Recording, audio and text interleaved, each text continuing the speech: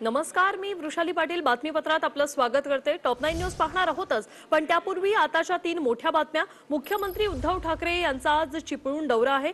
थोड्याच वेळात ते गुहागरमध्ये दाखलही होणार आहेत। त्यानंतर दुसरी महत्त्वाची बातमी, थोड्याच वेळात नरेंद्र मोदी यांची मन की बात सुरू होणार आहे। तर तिसरी महत्त्वाची बातमी, नारायण राणे फडणवीस पूरग्रस्त भागाच्या दौऱ्यावर आहेत। प्रवीण दरेकर हे देखील त्यांच्या सोबत आहेत। आताच्या 3 मोठ्या या बातम्या आहेत। आज मुख्यमंत्र्यांचा चिपळूण दौरा आहे, त्यासाठी ते चिपळूणसाठी रवाना झालेले आहेत आणि थोड्याच वेळात ते गुहागरमध्ये दाखल होत आहेत। गुहागरमध्ये सध्या मुख्यमंत्री कोणत्याही क्षणी दाखल होणार आहेत। तर तिसरी महत्त्वाची बातमी, पूरग्रस्त भागांचा आज विरोधकांचा देखील दौरा आहे। देवेंद्र फडणवीस, प्रवीण दरेकर हे देखील दौऱ्यावर आहेत आणि नारायण राणे देखील आज पूरग्रस्त भागांच्या दौऱ्यावर आहेत। तर अगदी थोड्याच वेळात पंतप्रधान नरेंद्र मोदी यांची मन की बातला सुरुवात होणार आहे। नेमका आज मन की बात मध्ये ते काय बोलतात याकडे लक्ष लागलेलं आहे।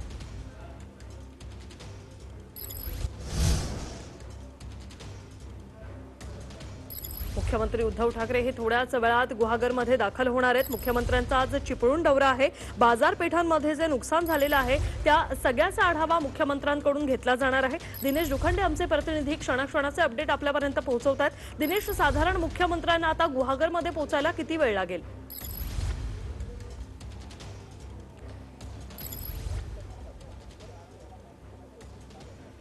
अगदी कुठल्याही क्षणी मुख्यमंत्री उद्धव ठाकरे हे गुहागरमध्ये दाखल होतील। गुहागरमध्ये मुख्यमंत्र्यांचं हेलिकॉप्टर ज्या ठिकाणी लँड होणार आहे ते कोकण LNG लिमिटेड कंपनीचं हेलिपॅड आहे। तिथे आपण सध्या या हेलिपॅडच्या स्थळीच आहोत आणि इथे सगळ्या यंत्रणा सध्या सतर्क आहेत। आपण बघू शकतो पोलीस यंत्रणेचा चोख बंदोबस्त आहे, अग्निशमन दल आहे आणि ज्या विविध यंत्रणा कुठलाही अपघात होऊ नये किंवा त्याबाबतची जी खबरदारी घ्यायची असते त्या सगळ्या उपाययोजना इथे आता कार्यान्वित झालेल्या आहेत। इथे सर्व लोकप्रतिनिधी आणि जिल्हा प्रशासनातील सर्व अधिकारी उपस्थित आहेत। आपण बघू शकतो की शिवसेनेचे मंत्री उदय सामंत, स्थानिक खासदार विनायक राऊत तसंच जब ये खिलाड़ी भारत से गए थे और सपोर्ट की ताकत है, इसलिए आइए मिलकर अपने सभी खिलाड़ियों को अपनी शुभकामनाएं, उनका हौसला बढ़ाएं। सोशल मीडिया पर ओलंपिक खिलाड़ियों के सपोर्ट के लिए हमारा विक्ट्री पंच कैंपेन अब शुरू हो चुका है। आप भी अपनी टीम के साथ अपना विक्ट्री पंच शेयर करिए, इंडिया के लिए चीयर करिए। साथियों, जो देश के लिए तिरंगा उठाता है उसके सम्मान में भावनाओं से भर जाना स्वाभाविक ही है। देशभक्ति की ये भावना हम सबको जोड़ती है। कल यानी 26 जुलाई को करगिल विजय दिवस भी है। करगिल का युद्ध भारत की सेनाओं के शौर्य और संयम का ऐसा प्रतीक है जिसे पूरी दुनिया ने देखा है। इस बार ये गौरवशाली दिवस भी अमृत महोत्सव के बीच में मनाया जाएगा, इसलिए ये और भी खास हो जाता है। मैं चाहूंगा कि आप करगिल की रोमांचित कर देने वाली गाथा जरूर पढ़ें। करगिल के वीरों को हम सब नमन करें। साथियों, इस बार 15 अगस्त को देश अपनी आजादी के 75वें साल में प्रवेश कर रहा है। ये हमारा बहुत बड़ा सौभाग्य है कि जिस आजादी के लिए देश ने सदियों का इंतजार किया उसके 75 वर्ष होने के हम साक्षी बन रहे हैं। आपको याद होगा, आजादी के 75 साल मनाने के लिए 12 मार्च को बापू के साबरमती आश्रम से अमृत महोत्सव की शुरुआत हुई थी। इसी दिन बापू की दांडी यात्रा को भी पुनर्जीवित किया गया था। तब से जम्मू कश्मीर से लेकर पुडुचेरी तक, गुजरात से लेकर पूर्वोत्तर तक देश भर में अमृत महोत्सव से जुड़े कार्यक्रम चल रहे हैं। कई ऐसी घटनाएं, ऐसे स्वाधीनता सेनानी जिनका योगदान तो बहुत बड़ा है लेकिन उतनी चर्चा नहीं हो पाई, आज लोग उनके बारे में भी जान पा रहे हैं। अब जैसे मोइरांग डे को ही लीजिए।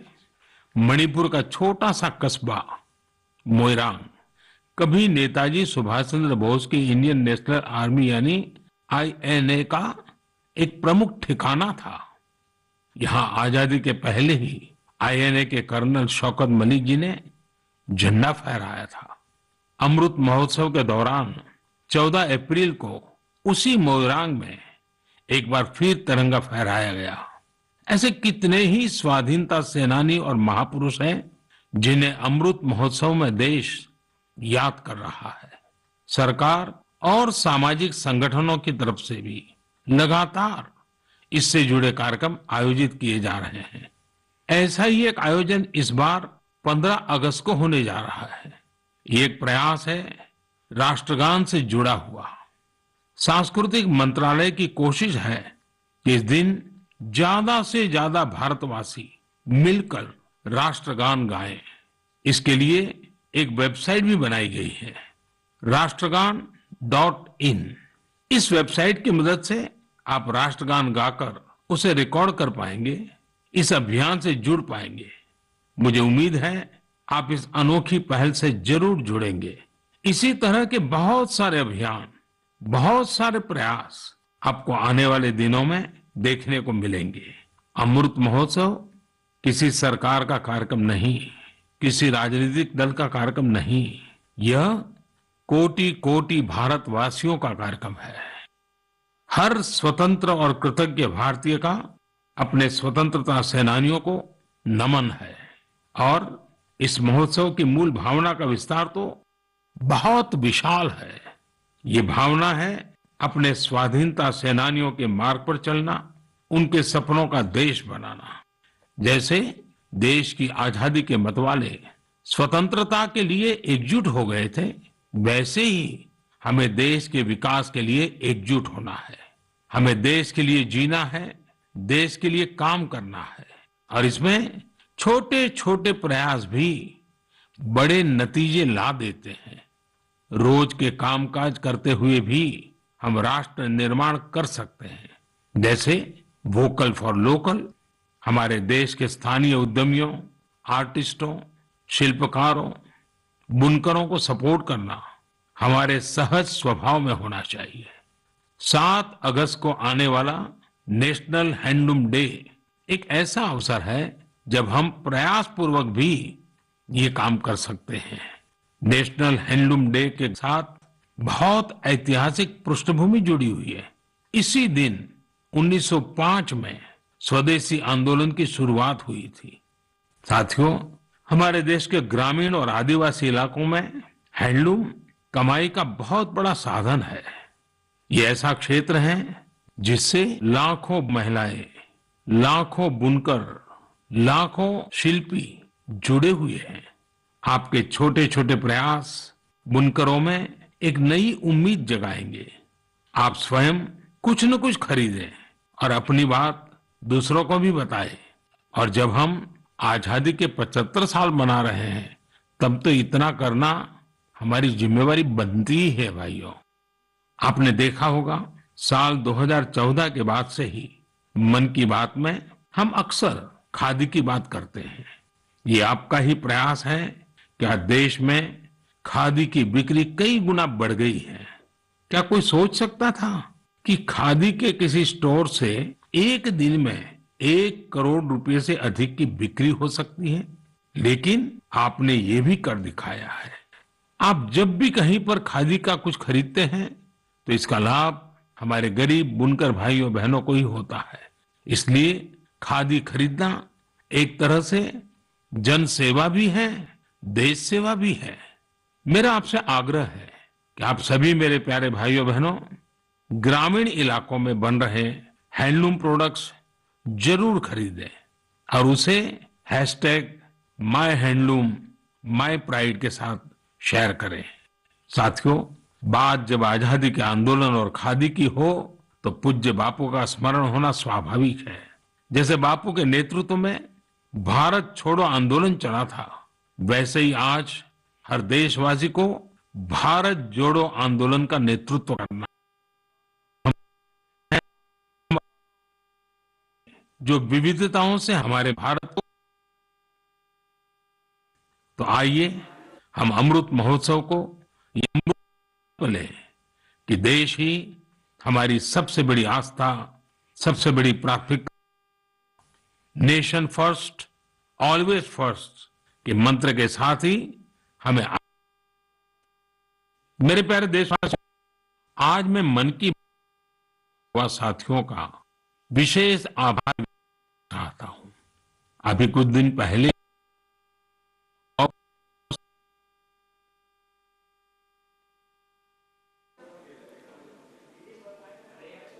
तर देशाच्या विकासासाठी आपल्याला एकत्र काम करायचंय, भारताच्या सर्व खेळाडूंचं मनोबल वाढवूया असं पंतप्रधान नरेंद्र मोदी म्हणतात। त्याचप्रमाणे कारगिलची यशोगाथा ही आवर्जून वाचा असंही त्यांनी म्हटलेलं आहे।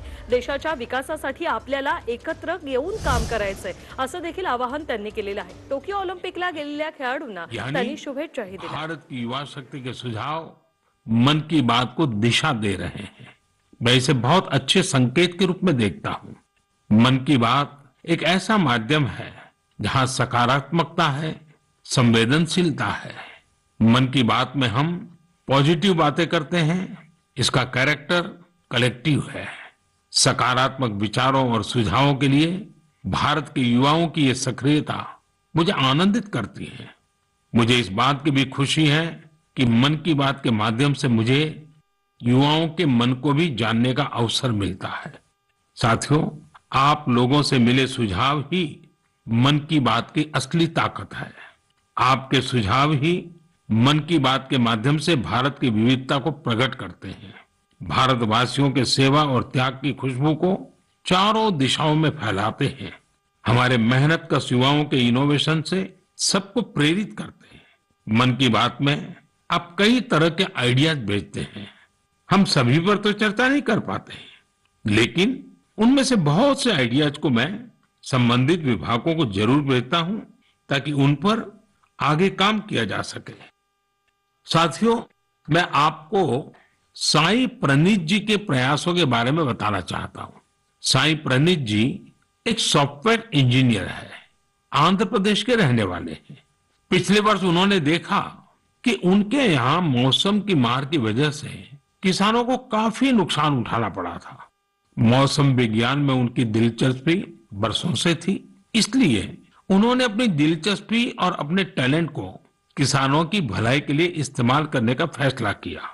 अब वे अलग अलग डेटा सोर्सेज से वेदर डेटा खरीदते हैं, उसका विश्लेषण करते हैं और स्थानीय भाषा में अलग अलग माध्यमों से किसानों के पास जरूरी जानकारी पहुंचाते हैं।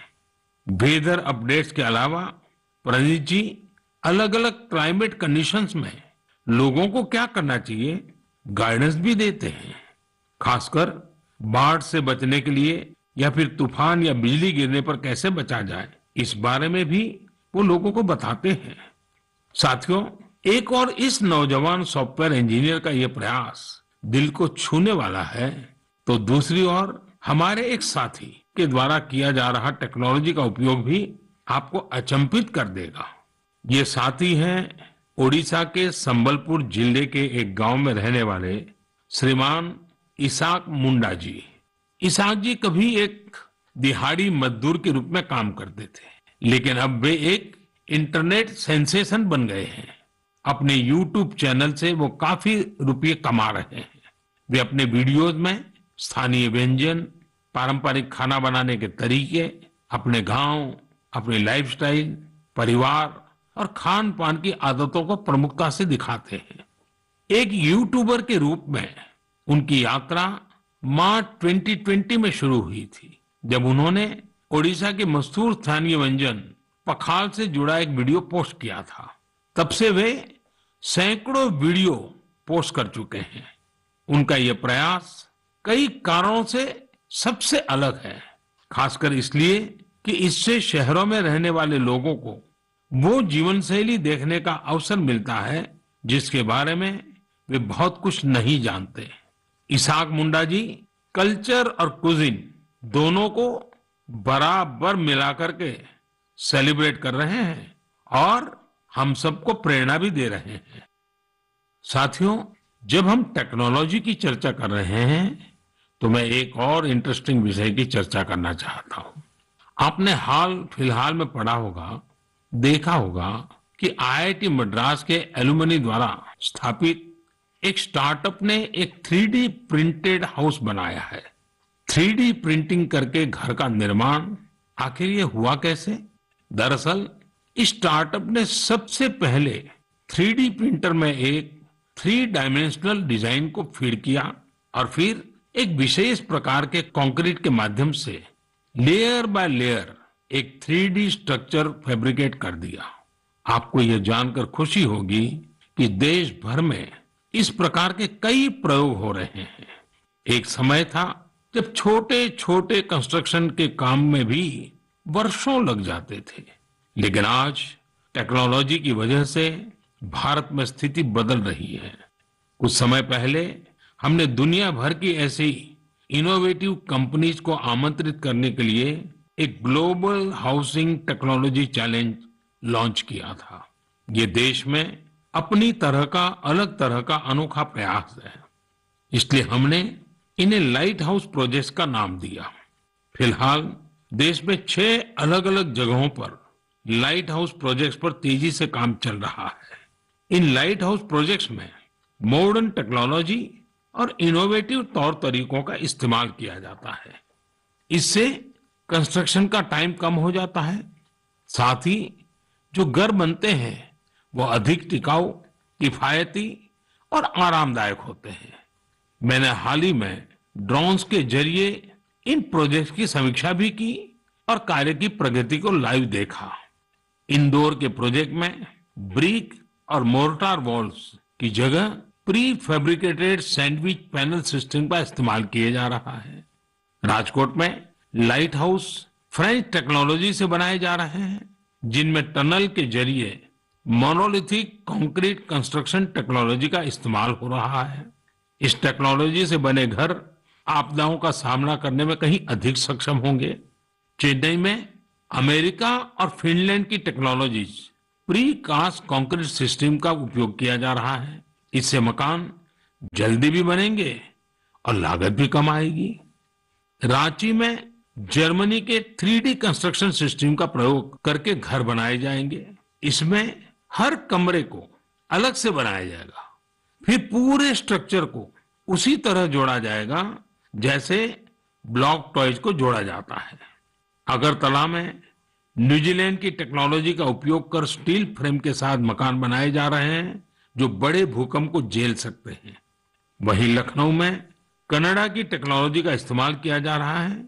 इसमें प्लास्टर और पेंट की जरूरत नहीं होगी और तेजी से घर बनाने के लिए पहले से ही तैयार दीवारों का प्रयोग किया जाएगा। साथियों, आज देश में ये प्रयास हो रहा है कि ये प्रोजेक्ट इंक्यूबेशन सेंटर्स की तरह काम करे। इससे हमारे प्लानर्स, आर्किटेक्ट्स, इंजीनियर्स और स्टूडेंट्स नई टेक्नोलॉजी को जान सकेंगे और उसका एक्सपेरिमेंट भी कर पाएंगे। मैं इन बातों को खास तौर पर अपने युवाओं के लिए साझा कर रहा हूं, ताकि हमारे युवा राष्ट्र हित में टेक्नोलॉजी के नए नए क्षेत्रों की ओर प्रोत्साहित हो सके। मेरे प्यारे देशवासियों, आपने अंग्रेजी की एक कहावत सुनी होगी, to learn is to grow, यानी सीखना ही आगे बढ़ना है। जब हम कुछ नया सीखते हैं तो हमारे लिए प्रगति के नए नए रास्ते खुद ब खुद खुल जाते हैं। जब भी कहीं लीक से हटकर कुछ नया करने का प्रयास हुआ है, मानवता के लिए नए द्वार खुले हैं, एक नए युग का आरंभ हुआ है।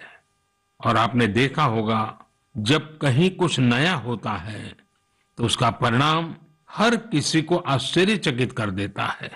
अब जैसे कि अगर मैं आपसे पूछूं कि वो कौन से राज्य हैं जिन्हें आप सेब, एप्पल के साथ जोड़ेंगे, तो जाहिर है कि आपके मन में सबसे पहले हिमाचल प्रदेश, जम्मू कश्मीर और उत्तराखंड का नाम आएगा।